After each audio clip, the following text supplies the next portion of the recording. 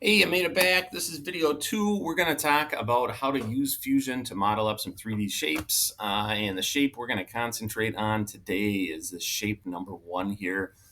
This should look pretty familiar because you drew it up in class as an orthographic projection yesterday. So we projected the top, the front, and the right side view. Today we're going to use Fusion to model this up a couple different ways to make this 3D model of the shape.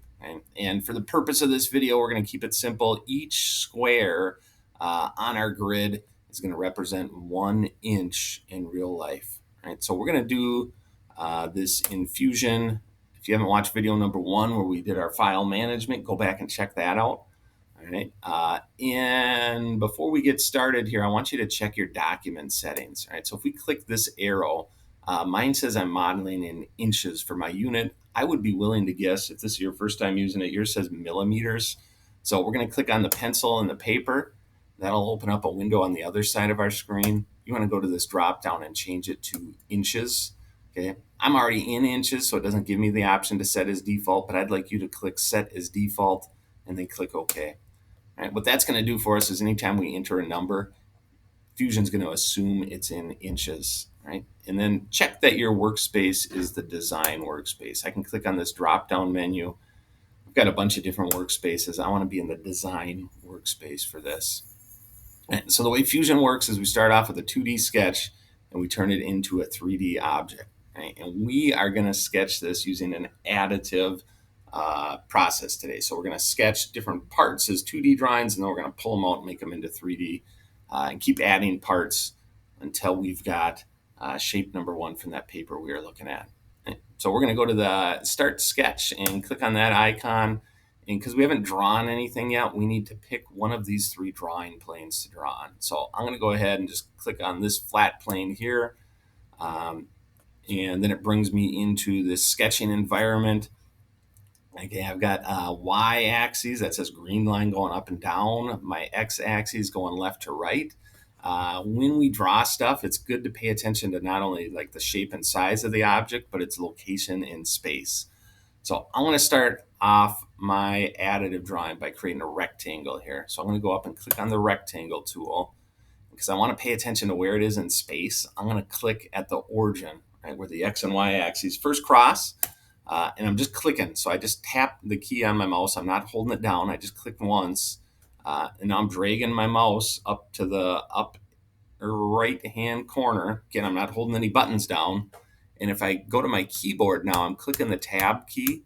And you can see that toggles between these 2 boxes. So I'm going to just leave it toggled between here and flip back to the drawing we're making. I want to draw this bottom square area. And I know it's 3 inches across and it's 3 inches deep. So again, I'm going to use my keyboard now. And if I just hit the number 3, it'll override that blue highlighted number. All right, so I'm going to tab over and go 3 and 3. And then I'm hitting the enter button on my computer. Now, let's say you hit enter and this was like 2.5 and not 3. I can come back and I can click on the dimension and it will give me the option to type in a new number. So if I wanted that to be 4 inches instead of 3, right, I could change it. I don't want it to be 4 inches. I want it to be 3. So then I'm going to hit the finish sketch button. It's going to bring me back to this kind of isometric looking view. And my next step is going to be I want to extrude and turn this 2D sketch into a 3D object. So I'm going to click extrude. You can see I've got an arrow pointing up. If I come over to the extrude menu here, I can tell it how high I want it to go. I want this to go up 1 inch. So I'm going to type 1 in, confirm that's what I've got on my screen, and I'm going to hit enter. All right, now I want to come back in because I'm doing this with an additive method. I'm going to add this next section in here. So I'm going to add the bottom part of this U shape. That's a 3 inch wide by 1 inch deep by 1 inch tall rectangle. All right, so I'm going to go again to create sketch. Now this time my planes show up, but I can also pick flat surfaces of this object to draw on. So I want to draw on the top. All right, I'm going to click there.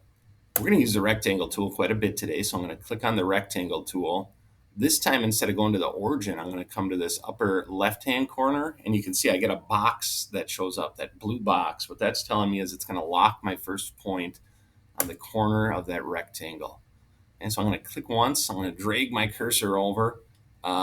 Again, I'm not holding any buttons down. I'm just dragging the cursor, and then I'm going to type in the numbers. So I want this to be 3 wide. I'm going to hit the tab key, and I want it to be 1 tall. All right. Now I can use the roller ball on my mouse to roll it back and forth, or I can pinch on the stylus if you're not using a mouse, and this will zoom me out so I can check out my numbers. They look good, so I'm going to hit enter. Then I'm going to finish this sketch. And now this didn't bring me to that isometric view. Now it's kind of a 2D view. I always like to extrude in an isometric view so I can see what's happening. So I'm going to zoom in.